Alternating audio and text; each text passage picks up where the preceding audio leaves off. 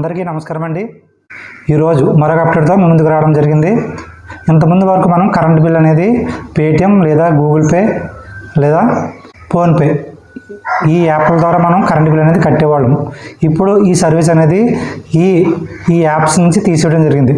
ఎందుకంటే వాళ్ళు సకాలంలో బిల్ అనేది పే చేయకపోవడం వల్ల ఈ సర్వీస్ అనేది ఈ యాప్ తీసివేయడం జరిగింది. అదేవిధంగా కొత్తగా వీళ్ళు బిల్లు ఇచ్చేటప్పుడు దాని కింద క్యూఆర్ కోడ్ ద్వారా పే చేయడం అనేది ఒక ఆప్షన్ ఇవ్వడం జరిగింది. లేదా మీ సేవ సచివాలయంలో ఇవ్వడం జరిగింది. ఇంకొక ఆప్షను మనకి ఏపీ ఈపీడీఎస్ఎల్ యాప్ ద్వారా డైరెక్ట్గా పే చేసుకునే అవకాశం అనేది ఇవ్వడం జరిగింది. ఇదంతా ఓకే, కానీ మనము మీకు కరెంటు బిల్ ఇచ్చేటప్పుడు మనకి క్యూఆర్ స్కాన్ అనేది కింద ఇవ్వడం జరుగుతుంది. అంటే బిల్లు కింద ఇవ్వడం జరుగుతుంది.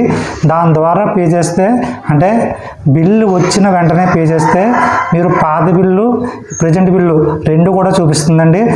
అలా కాకుండా బిల్లు వచ్చిన 1 or 2 days తర్వాత పే చేస్తే ఆ బిల్ అనేది అప్డేట్గా క్యూఆర్ స్కాన్లో మనకి కనబడుతుంది.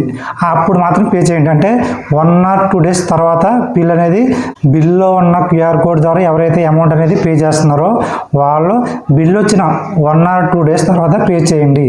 అప్పుడు మీ బిల్ అనేది అప్డేట్ అవ్వడం జరుగుతుంది. ఆ నెల బిల్లు మాత్రమే రావడం జరుగుతుంది. లేకపోతే సపోజ్ పోయిన నెలలో మీరు 200 రూపాయలు కట్టారు, అంటే గడువు తేదీ తర్వాత మీరు 200 రూపాయలు కట్టారు.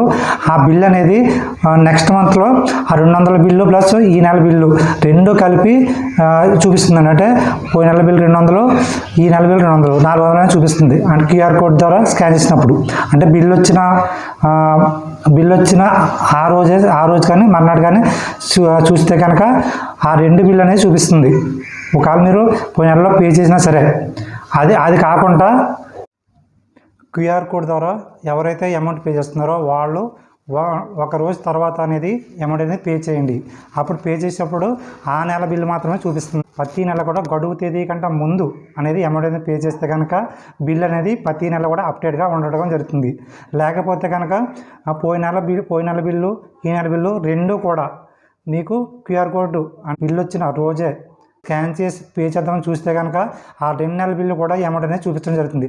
అలా కాకుండా ఒక రోజు తర్వాత లేదా 2 రోజుల తర్వాత బిల్ అనేది పే చేయడం ద్వారా ఆ నెల బిల్లు ఆ నెల మాత్రమే కనబడడం జరుగుతుంది. ఓకే ఫ్రెండ్స్, ఈ వీడియో కనుక మీకు నచ్చినట్లయితే లైక్ చేయండి, షేర్ చేయండి. Thank you for watching.